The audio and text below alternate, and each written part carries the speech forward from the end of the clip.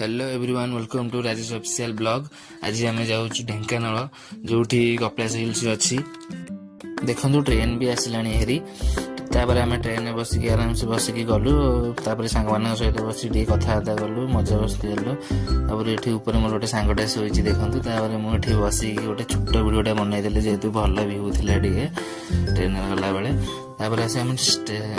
Dhenkanal station में आसिक पहुँची गलु से पहुँची बाहर पड़ू ये आसला पाहाच को चलचु आम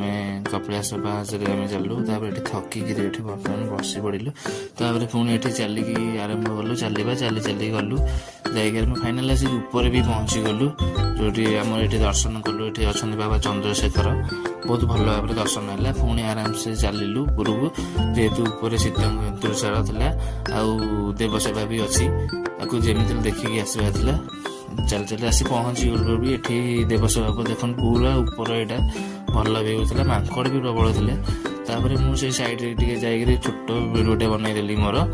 तार आराम से खाई पीकि तौक से पाँच बाट आसिलु। Thank you for watching.